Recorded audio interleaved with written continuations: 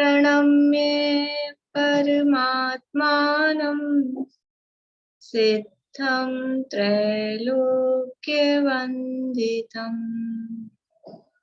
स्वाभाविक चिदानन्द स्वरूपं निर्मलाप्ययम् शुद्ध जीवादिद्रव्याणां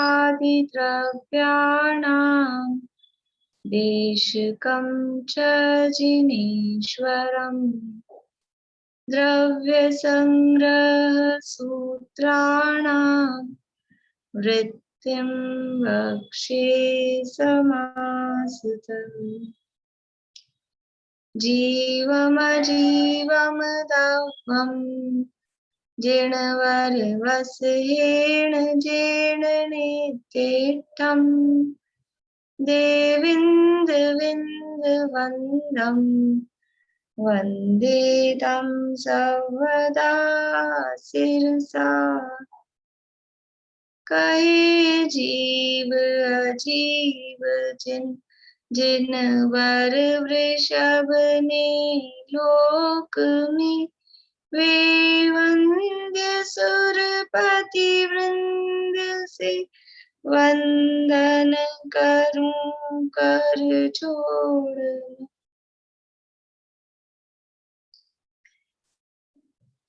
कल वाली गाथा का पाठ करेंगे। कल जो अपन ने गाथा बोली थी ना 46 नंबर की।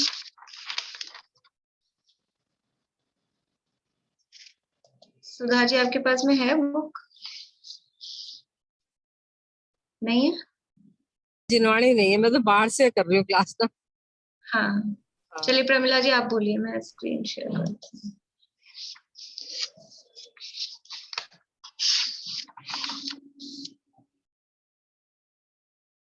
बोलिए।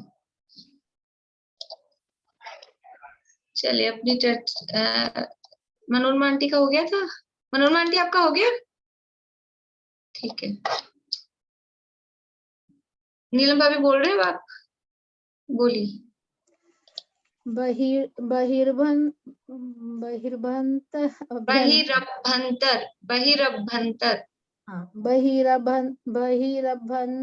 क्रियारोहो भव कारण अपनासक्तम नानिसजम जिनुत्तम तम परमम समचारितम।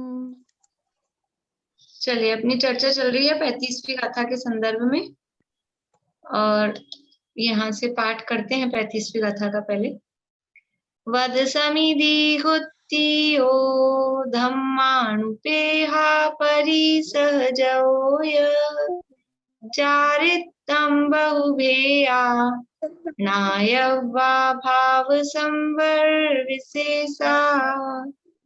व्रत समिति गुप्ति धर्म अनुप्रेक्षा परिचर्या और अनेक प्रकार का चारित्र, इन सबको भाव संवर के भेद जानना। इसके अंतर्गत अनुप्रेक्षाओं की चर्चा और अनुप्रेक्षाओं में लोकानुप्रेक्षा की चर्चा, लोक भावना की चर्चा अपनी चल रही है। और उस लोक भावना की चर्चा में 3 लोक का वर्णन चल रहा है, उसमें अधोलोक का वर्णन पूरा हुआ। अब मध्य लोक का वर्णन यहाँ कल से हमने शुरू किया था। मध्य लोक में क्या है? मध्य लोक में असंख्यात द्वीप समुद्र हैं और वो असंख्यात द्वीप समुद्र कैसे हैं? एक के नीचे एक, एक के ऊपर एक, या एक यहाँ दूसरा यहाँ तीसरा यहाँ चौथा यहाँ, ये ऐसे नहीं है। सभी तिर्यक रूप से फैले हुए हैं, ऊपर नीचे तो नहीं है। और एक यहाँ दूसरा, ऐसे भी हो सकते थे असंख्यात, 1 2 3 4 5 इस तरह से भी हो सकते थे, लेकिन वो इस तरह से नहीं है। सबसे बीच में एक द्वीप है और उस द्वीप को घेरे हुए फिर समुद्र है, फिर उसको घेरे हुए द्वीप है, फिर उसको घेरे हुए समुद्र है। इस तरह से एक दूसरे को घेरे हुए, और चतवार सूत्र में उसके लिए शब्द दिया वलयाकृत है, चूड़ी के समान और एक दूसरे को घेरे हुए वो असंख्यात द्वीप और समुद्र हैं। कितने असंख्यात द्वीप समुद्र हैं मध्य लोक में? कितने असंख्यात द्वीप समुद्र हैं? बोलिए सुधा जी। असंख्यात द्वीप समुद्र है। असंख्यात तो मैंने ही कह दिया। कितने असंख्यात द्वीप समुद्र है। असंख्यात ही मैं बोल रही हूँ, लेकिन वो असंख्यात कितने हैं वो बताना है। कल तो पढ़ा था अपन ने। बोलिए प्रमिला जी। 3.5 उद्धार सागरोपम। हाँ, अभी 3.5 उसमें लिखा है, लेकिन अपने को अभी 2.5 याद करना है, क्योंकि और सब जगह 2.5 ही है, तो इसको भी चेक करना है ये मिसप्रिंट हुआ है क्या। कल भी मैंने बताई थी ये बात, अभी 2.5 के हिसाब से ही चलना है। 2.5 उद्धार सागरोपम, और पल्ले की भाषा में कहेंगे तो कितने पल्ले होंगे? बोलिए सुलोचना भाभी, कितने पल्ले होंगे? 25 कोड़ा कोड़ी। आगे?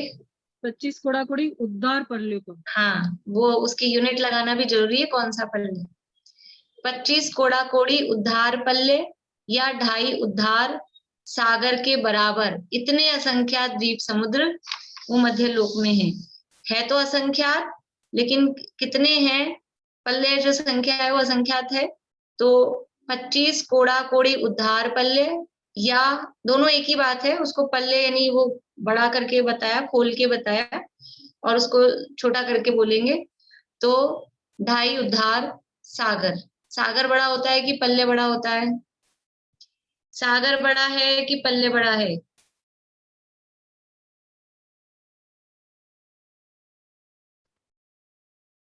ये क्लियर होना चाहिए माइंड में, नहीं तो पता ही नहीं चलेगा। बढ़िया का सब लोग, बाकी का सबका सही है, एक दो लोग कंफ्यूज हैं।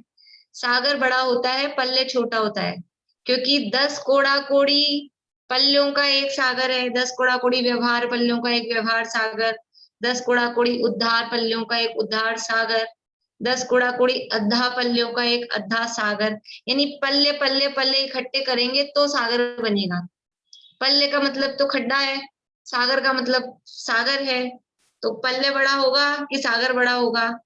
अपन शब्दों के अर्थ से भी देखें तो सागर बड़ा होता है, इसलिए 2.5 उद्धार सागर, सागर में कहेंगे तो वो संख्या छोटी हो जाएगी, 2.5 उद्धार सागर अथवा 25 कोड़ा कोड़ी उद्धार पल्लों के जितने असंख्यात द्वीप समुद्र इस मध्य लोक में है। और पहले द्वीप से अगले समुद्र का विस्तार दुगना, समुद्र से द्वीप का विस्तार दुगना, इस तरह से वो दुगना, लेकिन विस्तार का मतलब है एक बाउंड्री से दूसरी बाउंड्री, ये ध्यान रखना है। विस्तार का मतलब पूरे द्वीप या पूरे समुद्र का क्षेत्रफल नहीं, विस्तार का मतलब है केवल उस द्वीप या समुद्र की एक बाउंड्री से दूसरी बाउंड्री तक की जो दूरी है वो दुगनी दुगनी हो रही है। पूरा एरिया यदि गोलाकार में कवर करेंगे तो वो तो बहुत ज्यादा निकलता है, वो बहुत ज्यादा होता है। केवल एक बाउंड्री से दूसरी बाउंड्री, जैसे ये समझ लीजिए लवण समुद्र है, लवण समुद्र से धातकी खंड, लवण समुद्र कितना है? ये जम्बूद्वीप, ये लवण समुद्र, तो ये लवण समुद्र है 2 लाख योजन का, तो धातकी खंड कितना होगा कि इस पूरे लवण समुद्र का जितना एरिया उससे दुगना नहीं, केवल यहाँ से यहाँ तक जितनी दूरी है उससे दुगना, तो ये होगा 4। और ये जम्बूद्वीप की यहाँ से यहाँ तक की दूरी है 1 लाख योजन, तो इस दूरी से ये वाली दूरी लवण समुद्र की ये दुगनी, लवण समुद्र से धातकी खंड की ये वाली दूरी दुगनी, इस तरह से दुगना दुगना विस्तार वाले हैं। विस्तार का मतलब एक दीवार से, मतलब एक बाउंड्री से दूसरी बाउंड्री की दूरी वो दुगनी है, इतना समझना। पूरा एरिया निकालेंगे तो इस जम्बूद्वीप से लवण समुद्र दुगना नहीं है, 24 गुना, ये अपन ने पहले भी देखा था, अभी और देखेंगे, 24 गुना बड़ा है। बोलिए रेणु जी। वही मैं बोल रही थी कि बाउंड्री मतलब बाहर वाली बाउंड्री के अंदर से जैसे वो एरिया लेना है। एक बाउंड्री से दूसरी बाउंड्री तो अंदर बाहर दोनों की होगी ना, ये एक बाउंड्री, ये दूसरी बाउंड्री, बाउंड्री तो यही होगी ना। धातकी खंड की बाउंड्री कौन सी होगी? एक तो ये बाउंड्री जो लवण समुद्र को टच कर रही है, और दूसरी ये बाउंड्री जो कालोदधी समुद्र को टच कर रही है, इधर कालोदधी समुद्र आएगा आगे, फिर यही तो बाउंड्री होगी ना। ये जम्बूद्वीप, ये लवण समुद्र, फिर ये धातकी खंड द्वीप, फिर ये कालोदधी समुद्र, तो धातकी खंड द्वीप की बाउंड्री कौन सी है? एक लवण समुद्र को टच कर रही है, एक कालोदधी समुद्र को टच कर रही है। लवण समुद्र की बाउंड्री कौन सी है? एक जम्बूद्वीप को टच कर रही है, एक धातकी खंड को टच कर रही है। समुद्रों की बाउंड्री द्वीपों को टच करेगी, द्वीपों की बाउंड्री समुद्रों को टच करेगी, दोनों तरफ समुद्र होंगे ना। एक जम्बूद्वीप अलग है बीच में, बाकी आगे तो इसी तरह की रचना होगी, समझ में आ रही है ना? मेरे हिसाब से कोई भी ऐसा नहीं है जो बिल्कुल पहली बार पढ़ रहा है, इसलिए मैं उस हिसाब से पढ़ा रही हूँ। कोई ऐसा है नया बिल्कुल जो पहली बार पढ़ रहा है? कोई भी नहीं दिख रहा है मुझे ऐसा। तो ये तो सबको पता ही है, एक द्वीप के बाद दूसरा समुद्र है, दूसरे द्वीप फिर द्वीप के बाद समुद्र है। तो ये द्वीप है, तो इसके दोनों तरफ समुद्र है, तो एक बाउंड्री इस समुद्र को टच कर रही है, एक बाउंड्री इस समुद्र को टच कर रही है। तो यहाँ से यहाँ तक की जो दूरी है वो पिछले वाले द्वीप या समुद्र से दुगनी होगी, ये बताया। और कल इसका एक तरीका और भी बताया था कि जिसकी अपने को निकालनी है ये विस्तार, उससे पहले वाले जितने भी द्वीप या समुद्र हैं उन सबके इस विस्तार का टोटल करके उसमें 1 प्लस कर देंगे तो ये आ जाएगा। तो जैसे ये 1 है, ये 2 है, ये 3 हुए, 1 + 2 और इसमें 1 प्लस किया तो ये 4। अब यहाँ ये कालोदरी समुद्र कितना होगा, 8 लाख योजन का, तो इधर प्लस किया 4 और 2 6 और 1 7, 7 में 1 जोड़ा तो 8। इस तरह से भी उसको निकाल सकते हैं, अदरवाइज वो दुगना दुगना करके निकाला है।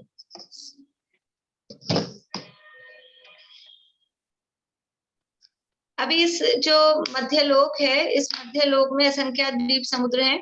उन असंख्यात द्वीप समुद्रों में शुरू के कुछ द्वीप और समुद्रों के नाम यहाँ इसमें तो नहीं दिए हैं अपने द्रव्य संग्रह में, अपने तत्वार्थ सूत्र आदि ग्रंथों में शुरू के 16 द्वीप और अंत के 16 द्वीप, तिलोय पन्नति आदि जो ग्रंथ हैं, शुरू के 16 द्वीप और अंत के 16 द्वीपों के नाम तो आप यहाँ से देख सकते हैं अपना तत्वार मणि प्रदीप में 3रे अध्याय का 7वां 8वां जो सूत्र है, पेज नंबर 148-49, उसमें नाम दिए हैं।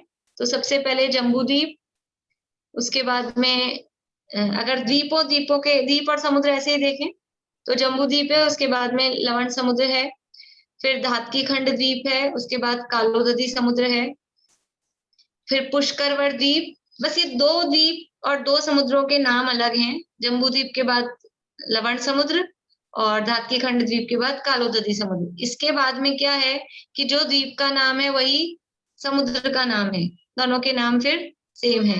तो तीसरा द्वीप है पुष्करवर द्वीप और उसका समुद्र है उसके आगे पुष्करवर समुद्र। फिर चौथा है वारुणीवर द्वीप, वारुणीवर समुद्र। फिर क्षीरवर 5वां द्वीप है ना, क्षीर समुद्र का जल लाते हैं 5वें द्वीप से बाल तीर्थंकर का जन्माभिषेक करने के लिए, तो क्षीरवर द्वीप है और क्षीरवर समुद्र है। फिर छठा घृतवर द्वीप, घृतवर समुद्र। फिर 7वां है इक्षुवर द्वीप, इक्षुवर समुद्र। और 8वां कौन सा है, 8वें का नाम सबको याद है, नंदीश्वर, अष्टम द्वीप श्री नंदीश्वर। 8वां नंदीश्वर द्वीप और समुद्र कौन सा है उसके आगे, नंदीश्वरी समुद्र है। फिर अरुणवर द्वीप, अरुणवर समुद्र। नेक्स्ट उसके बाद 10वां अरुणाभास द्वीप और अरुणाभास, कहीं कहीं अरुणाभास वर भी नाम मिलता है। ज्यादातर इन द्वीपों के आगे आप देखिए वर नाम लगा है, पुष्कर वर, वारुणी वर, इक्षुवर, घृत वर, है ना, नंदीश्वर, तो वो अरुणाभास वर ऐसा, और अरुणाभास समुद्र। फिर उसके बाद में 11वें नंबर का कुंडलवर द्वीप और कुंडलवर समुद्र। नाम सुना है इसका, क्या विशेषता है यहाँ की, कुंडलवर द्वीप की क्या विशेषता है, बोले विनीता जी। यहाँ पर अकृत्रिम चैताल्य हैं जी। हाँ, 11वां द्वीप है, यहाँ पे अकृत्रिम जिनालय है, बढ़िया।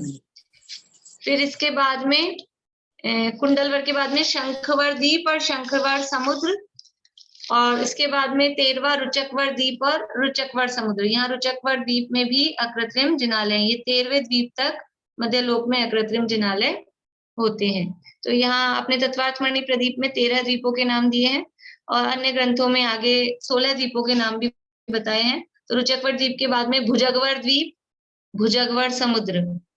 फिर कुशवर द्वीप, कुशवर समुद्र। और 16वां है क्रौचवर द्वीप और क्रौचवर समुद्र। ऐसे 16 शुरू के द्वीप समुद्रों के नाम, 16 और 16 32 हो गए, ये नाम दिए हैं। और लास्ट के 16 है, मतलब एंड से चालू करके स्वयंभूरमण समुद्र, स्वयंभूरमण द्वीप, उसके पहले के 16 द्वीपों के नाम भी तिलोय पन्नति, तिलोकसार आदि ग्रंथों में दिए गए हैं। अभी यहाँ थोड़ा सा यहाँ से पढ़ते हैं अपन, फिर उसके हिसाब से अपन आगे बढ़ेंगे। अपना पेज नंबर है 139, 138 की लास्ट से देखते हैं।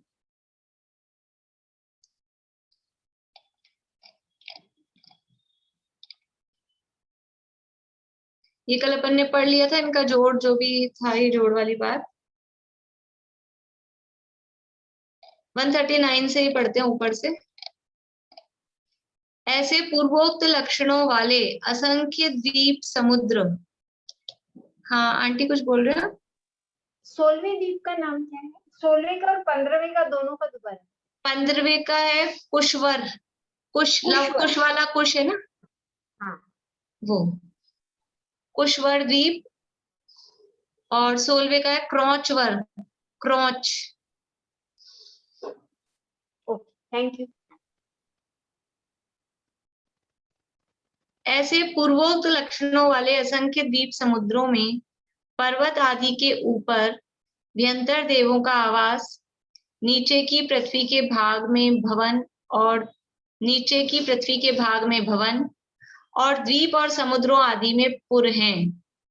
परमागम में कहे अनुसार उनके भिन्न भिन्न लक्षण हैं। यहाँ बीच में अभी व्यंतरों की बात चला दी अपन, थोड़ी इनकी डिटेल में बात जब ऊर्ध्व लोक का वर्णन आएगा देवों का, तो अपन थोड़ी विस्तार से तब कर लेंगे। अभी यहाँ ऐसा ही, यानी मध्य लोक की चर्चा चल रही है ना, क्योंकि तो जो 3 प्रकार के देव हैं, भवनवासी, व्यंतर और ज्योतिष, हैं तो देवगति के देव, लेकिन ये ऊर्ध्व लोक में नहीं रहते। भवनवासी, व्यंतर और ज्योतिष जो देव हैं, ये कहाँ रहते हैं? या तो अधोलोक में रहते हैं या मध्य लोक में रहते हैं। और इनमें से भी ज्योतिष देव हैं, वो तो मध्य लोक में ही रहते हैं।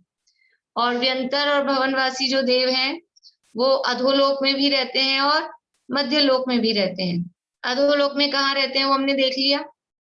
भवनवासी और व्यंतर खर और पंख भाग में, 9 प्रकार के भवनवासी और 7 प्रकार के व्यंतर खर भाग में, और एक प्रकार के वो पंख भाग में, वहां तो रहते हैं। इसके अलावा व्यंतर विशेष रूप से मध्य लोक में, ये जो असंख्यात द्वीप समुद्र हैं, इन असंख्यात द्वीप समुद्रों में से मनुष्यों के लिए केवल 2.5 द्वीप, और तिर्यंचों के लिए भी सारा है, और बाकी भी सारा जो है वो सब व्यंतर देव, विशेष रूप से व्यंतर देव। भवनवासी भी रहते हैं, लेकिन भवनवासी से भी ज्यादा व्यंतर देव पूरे मध्य लोक में।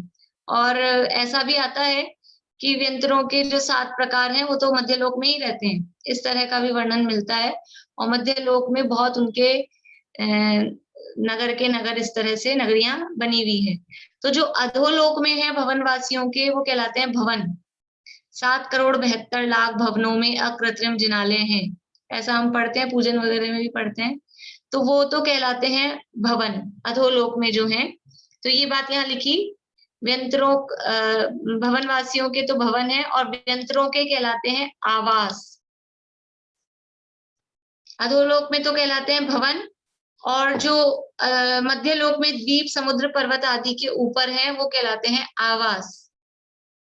अधोलोक में जो बने हुए हैं उनको कहते हैं भवन, और जो मध्य लोक में द्वीपों में या समुद्रों में या पर्वतों के ऊपर जहाँ व्यंतरों के स्थान बने हुए हैं, वो उनके कहलाते हैं व्यंतरों के आवास। हम लोग शब्द भी ऐसा यूज में लेते हैं, आप लोगों ने कभी ध्यान दिया हो कि यहाँ व्यंतरों का आवास है। आवास मतलब वो उनके वहां रहने की जगह को आवास कहते हैं। व्यंतरों के रहने की 3 टाइप की जगह होती है, एक आवास, एक भवन और एक पुर, या भवनपुर भी कहते हैं। आवास, भवन और भवनपुर या अकेला पुर, ऐसे ही व्यंतरों के जो निवास स्थान है 3 टाइप के होते हैं। तो अधोलोक में जो है वो तो भवन, और मध्य लोक में द्वीप समुद्रों और पर्वतों पे जो हैं वो आवास, और मध्य लोक में ही जो फ्लैट सरफेस पे जो बने हुए हैं, मतलब मध्य लोक में द्वीप समुद्र ये हैं, 7 क्षेत्र हैं, वन आदि पर्वत हैं, और भी वृक्ष वगैरह हैं, जम्बू वृक्ष वगैरह, और भी बहुत सारे हैं इस तरह की जो रचनाएं हैं। तो उन वृक्षों के ऊपर या पर्वतों के ऊपर या समुद्रों के में भी व्यंतरों के निवास स्थान। आप लोगों ने यदि आप लोग वो सुनना, विक्रांत जी की मैं भेजती हूँ ना आप लोगों को हर संडे की संडे, अभी वापस चालू हो गई उनकी। तो अभी पहले अभी समझ लो आप भादवे में गैप हो गया था 10 लक्षण में, 15-20 दिन महीने भर पहले की जो उनकी थी, उसमें भी उनकी यूट्यूब की भी लिंक रहती है, अगर लाइव उस समय जूम पे नहीं भी सुने तो यूट्यूब पे उन्होंने बहुत डिटेल में वो चक्रवर्ती कैसे विजय करता है 6 खंड, कहाँ से निकल के कहाँ जाता है, कहाँ जाता है, कैसे जाता है, पूरा अच्छा वो डायग्राम में उन्होंने उसमें बताया है। तो उसमें चक्रवर्ती की दिग्विजय में आता है मतलब कि लवण समुद्र का रक्षक देव होता है सबके, मतलब लवण समुद्र का स्वामी बोलो, रक्षक क्या, कि वो उसका स्वामी है, उसको जीतता है, फिर उससे मतलब उसको जीत के वो सब जीतता क्या है, उसके पास अपना बाण भेजता है कि मैं हूं, तो वो तो सब अपने आप ही आके नमस्कार करते हैं, सब वो पुण्य के अधीन होते हैं, देव लोग भी सब। तो मतलब ये है मुझे तो बताने का कि वो समुद्रों में भी आप लोग अगर पद्म पुराण किसी ने पढ़ा हो या राम कहानी भी पढ़ी हो, तो उसमें भी जब रामचंद्र जी वहां जाते हैं लंका रावण के विजय, तो वहां भी बीच बीच में वो समुद्र पड़ रहा है, लवण समुद्र, तो वहां भी वो उस जो वहां का व्यंतर है अधिपति, उसको बराबर पहले उसको कंट्रोल में करना, उसको अपने फेवर में लेना, वो आगे नहीं जाने दे। तो इससे ये समझ में आ रहा है कि वो वहां पे रहते हैं, अपने को तो ये देखना है कि वो व्यंतर देव वहां समुद्रों में भी रहते हैं। तो जो मध्य लोक में 2 जगह रहते हैं, एक तो द्वीप समुद्र पर्वतों में ऊपर रह रहे हैं, वो कहलाते हैं उनके आवास, और मध्य लोक में नीचे ही रह रहे हैं, जैसे हम लोग समतल भूमि पे रहते हैं ना, वैसे मध्य लोक में ही समतल भूमि में ये जो आगे असंख्यात द्वीप समुद्र हैं, वहां समतल भूमि पे भी व्यंतरों के व्यंतर देवों के बहुत सारे रहने के स्थान है, उनको बोलते हैं पुर या भवनपुर। तो ये 3 तरह के व्यंतरों के आवास या निवास स्थान है। देखिए फिर से पढ़ती हूँ लाइन। ऐसे पूर्वोक्त लक्षणों वाले असंख्य द्वीप समुद्रों में पर्वत आदि के ऊपर व्यंतरों का आवास, नीचे की पृथ्वी के भाग में भवन, और द्वीप और समुद्र आदि में पुर हैं। समझ में आ गई 3 बातें? द्वीप और समुद्र आदि में, द्वीप और समुद्र आदि में मतलब कि जो ऐसे समतल में है वो पुर हैं, और ऊपर द्वीप समुद्रों में जो ऊपर हैं वो आवास हैं, और नीचे की पृथ्वी के भाग में मतलब अधोलोक में जो है वो भवन कहलाते हैं। परमागम में कहे अनुसार उनके भिन्न भिन्न लक्षण हैं। ये पर यहाँ डिटेल नहीं की है, परमागम में मतलब तिलोकसार, तिलोपनिषद आदि ग्रंथों में उनके अलग अलग लक्षण, तीनों के, आवास के, भवन के और पुर के, ये अलग अलग उनके लक्षण बताए गए हैं। उसी प्रकार खर भाग और पंख भाग में स्थित प्रतर के असंख्यातवें भाग प्रमाण असंख्य व्यंतर देवों के आवास हैं, और 7,72,00,000 भवनवासी देवों के भवन। अच्छा, यहाँ पर देखिए, यहाँ थोड़ा सा अलग किया है इसमें,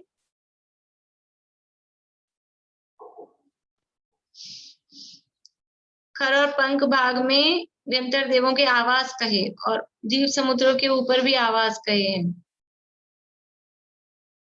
इसको अभी छोड़ते हैं, मैं कल उससे और मिला लूंगी तिलोपन्नति से, तो ये कंफर्म क्या है, दोनों जगह आवास कहे हैं ना यहाँ पे। इसको अभी छोड़ते हैं, कल मैं आपको कंफर्म बता दूंगी। हो सकता है इसमें भी मतांतर भी होते हैं कि शब्द है ना, कोई उसको आवाज बोलता है, कोई उसको पुर बोलता है, तो ऐसा भी हो सकता है, देख लेंगे, क्योंकि यहाँ भी आवाज कहा है और यहाँ भी आवाज कहा है इन्होंने। उसी प्रकार खर और भाग और पंख भाग में स्थित प्रतर के असंख्यातवें भाग प्रमाण असंख्य व्यंतर देवों के आवास हैं, और 7,72,00,000 भवनवासी देवों के भवन अकृत्रिम जिन चैत्यालय सहित हैं। इस प्रकार अत्यंत संक्षेप में मध्यलोक का व्याख्यान किया। बोलिए चमेली आंटी। ये खर भाग और पंख भाग की स्थिति प्रतर के असंख्यात विभाग प्रमाण मतलब ये तो प्रतर है, जगत प्रतर होता है, ये क्या वो मतलब संख्याएं हैं। पटल को ही बोलते हैं क्या? प्रतर का मतलब पटल नहीं, प्रतर का मतलब है जगत प्रतर, ये नाप के लिए है। जगत श्रेणी, श्रेणी शब्द सुना है? श्रेणी के श्रेणी शब्द सुना है ना, 14 राजों सॉरी 7 राजू लंबी और 1 राजू चौड़ी जो प्रदेशों की पंक्ति है वो कहलाती है श्रेणी। और श्रेणी का स्क्वायर, श्रेणी गुणा श्रेणी, वो कहलाता है प्रतर। और श्रेणी गुणा श्रेणी गुणा श्रेणी यानी श्रेणी का घन, श्रेणी का क्यूब, वो कहलाता है जगत घन। तो वो ये कैलकुलेशन की चीजें हैं, इसलिए अभी जाने दो आप। ये व्यंतर देवों की संख्या होती है जगत प्रतर, जगत प्रतर के असंख्यात्वे भाग वो बताई है। प्रतर के असंख्यात्वे भाग प्रमाण असंख्य। व्यंतर देव कितने होते हैं? जगत प्रतर बटा असंख्यात, इतनी व्यंतर देवों की संख्या होती है। वो संख्या यहाँ बताइए, तो जगत प्रतर को लिखा है शॉर्ट में प्रतर। तो पंख भाग में स्थित, पंख भाग में जो रहते हैं, खर और पंख भाग में कितने व्यंतर देव हैं? आप इन शब्दों को छोड़ के मैं आपको पढ़ के बताती हूँ।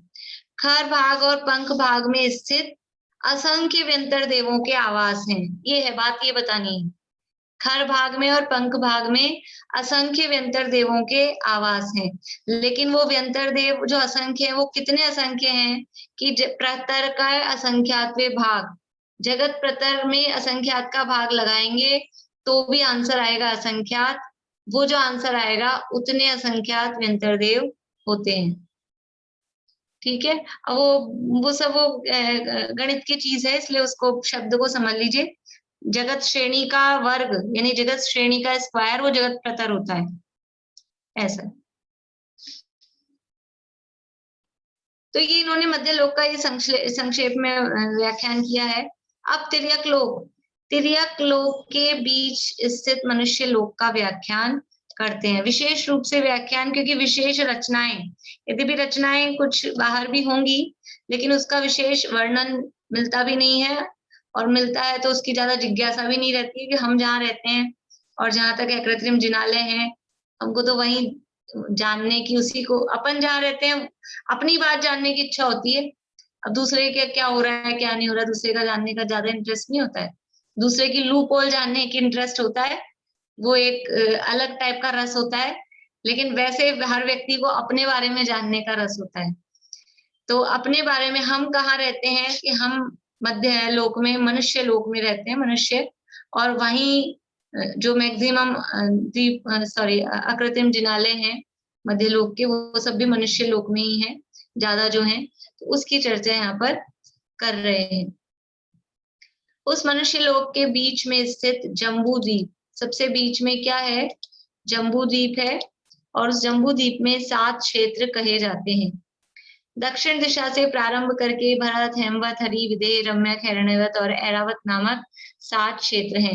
ये सब आप लोगों के लिए अब ABCD जैसी चीजें हैं, इसलिए रीडिंग कर रहे हैं अपन, सबके पढ़े हुए हैं, कोई नया तो है नहीं।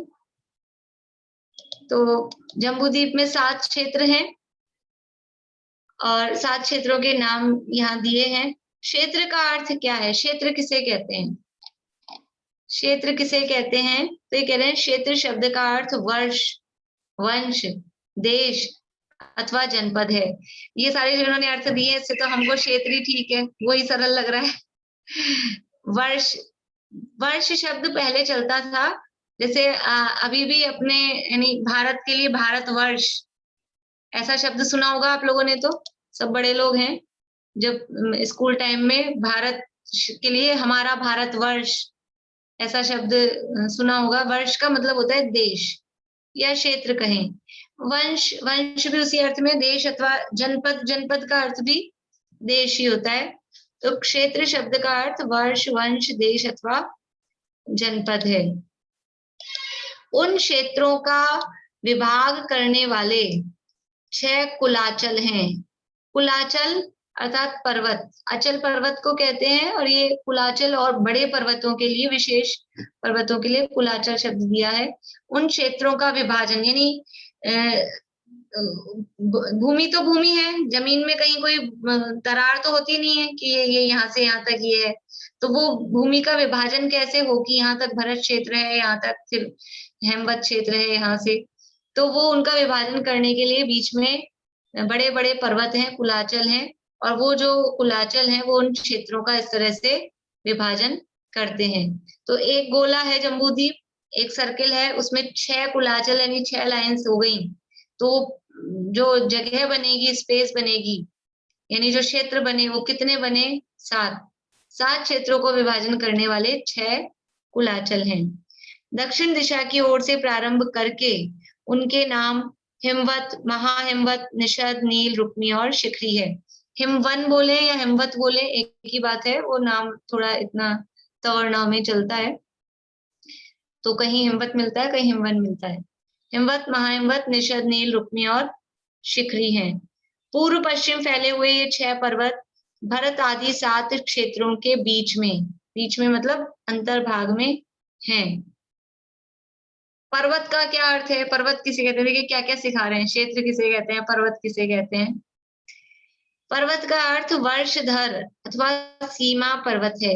पर वर्षधर वर्षा विदेहांता पढ़ा है शब्द। हिमवन, महाहिमवन, निषद, नील, रुक्मी, शिखरणी, वर्षधर, वर्षा, विदेहांता, ये वो तो आगे वाला सूत्र आ गया। पर वर्षधर मतलब वर्षों को जो धारण करें। वर्ष क्या होता है? वर्ष का मतलब यहाँ ईयर नहीं, साल, वो नहीं। वर्ष माने क्षेत्र, और क्षेत्रों को जो धारण करे। ऐसे पर्वत खड़े हैं तो ऐसा लगता है वो उस क्षेत्र का पालन कर रहे हैं, इतने ऊंचे वो खड़े हैं, उसके नीचे वो देश है, क्षेत्र है, तो क्षेत्रों को जो धारण करे उसको कहते हैं वर्षधर। वर्ष को जो धारण करे वो वर्षधर। वर्षधर का अर्थ पर्वत, या जो सीमा निर्धारित करे, सीमा पर्वत, उसको भी कहते हैं। देखिए ये अपना जम्बू द्वीप है, और ये जम्बू द्वीप में ये पहला पर्वत ये हिमवन, फिर ये महाहिमवन, और ये निषद, ये 3, फिर ये नील, रुक्मी और शिखरी। इस तरह से 6 पर्वत हैं, और 6 पर्वतों के द्वारा 7 क्षेत्र ये हो गए हैं। हिमवन पर्वत के नीचे यहाँ पहला भरत क्षेत्र, फिर हेमवत, हरि, ये विदेह, फिर रम्यक, हिरण्यवत और ऐरावत। इस तरह से ये 7 क्षेत्र 6 पर्वतों के माध्यम से यहाँ जम्बू द्वीप में, मध्यलोक में जो सबसे पहला जम्बू द्वीप है, उनमें ये 6 पर्वत हैं। अब उन पर्वतों पर हृदों का क्रम से कथन करते हैं। उन पर्वतों पर तालाब हैं, हृद यानी तालाब, तो तालाब कैसे हैं उसका कथन यहाँ पर कर रहे हैं। पद्म, महापद्म, तिंगिच्छ, केसरी, महापुंडरीक और पुंडरीक नामक अकृत्रिम 6 हृद हैं। वो जो पर्वत हैं उन पर्वतों पर हृद यानी सरोवर, और कैसे हैं? अकृत्रिम हैं। अकृत्रिम पर्वत के ऊपर सरोवर बने हुए हैं, और उनके नाम ये दिए हैं पद्म, महापद्म, तिंगिच्छ, केसरी, पुंडरीक और महापुंडरीक। अब हृद का अर्थ बता रहे हैं। हृद अर्थात क्या? हृद का अर्थ सरोवर है। हृद यानी सरोवर। उन पद्मादि 6 सरोवरों में से आगम कथित क्रम प्रमाण से जो 14 नदियां निकली हैं उनका कथन करते हैं। देखिए यहाँ से कुछ उसकी लंबाई चौड़ाई ये सब तो नहीं बताई है, किस तरह से है ये अपन कल की क्लास में, फिर अभी अपन रीडिंग कर लेते हैं, कल अपन थोड़ा सा डायग्राम बनाकर देख लेंगे किस तरह से है। 14 नदियां इन सरोवर से निकलती हैं, उनका कथन करते हैं वह इस प्रकार। हिमवत पर्वत पर स्थित पद्म नामक महाद्रह के पूर्व तोरण द्वार से आधा कोश गहरी और 6 योजन 1 कोश चौड़ी गंगा नदी निकलकर उसी पर्वत के ऊपर पूर्व दिशा में 500 योजन तक जाती है। तत्पश्चात वहां से गंगा कूट के समीप दक्षिण की ओर मुड़कर भूमि में स्थित कुंड में पड़ती है। वहां से दक्षिण द्वार में से निकलकर भरत क्षेत्र के मध्य भाग में स्थित लंबाई में पूर्व पश्चिम समुद्र को स्पर्श करने वाले विजयाट पर्वत की गुफा के द्वार में से निकलकर आर्यखंड के आधे भाग में पूर्व की ओर मुड़कर प्रथम गहराई से 10 गुनी अर्थात 5 गोस गहरी और प्रथम चौड़ाई से 10 गुनी अर्थात 62.5 योजन चौड़ी गंगा नदी पूर्व समुद्र में प्रवेश करती है। ये पूरी गंगा नदी की लंबाई चौड़ाई कितनी निकलती है अपन कल देखेंगे, अगर भी समय कम है अपने पास में इसलिए भी रीडिंग कर दी है मैंने। कल अपन थोड़ा सा इसको देखेंगे किस तरह से निकलती है, कैसे गिरती है, कितनी लंबी चौड़ी है, और ये पर्वत वगैरह भी कितने ऊंचे कितने चौड़े हैं वो अपन कल देखेंगे।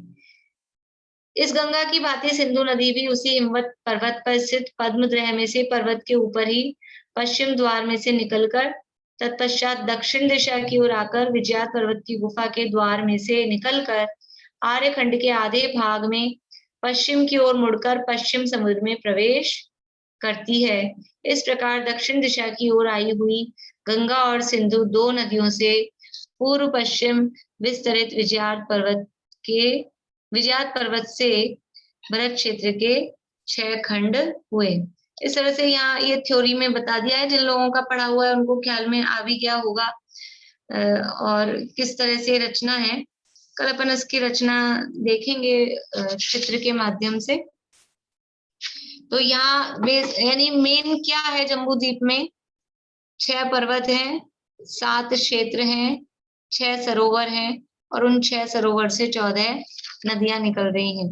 ये मेन पूरी रचना, मुख्य रचना ये है। और इसके माध्यम से ये जम्बू द्वीप में ये सारा जो चलता है इस तरह से, और फिर वहां क्या व्यवस्था होती है और ये क्षेत्रों का विभाजन, भरत क्षेत्र के 6 खंड बने उसमें क्या होता है, वो सारी चर्चा अपन फिर कल करेंगे। अभी यहीं पूरा करते हैं, किसी को प्रश्न हो तो बोलिए।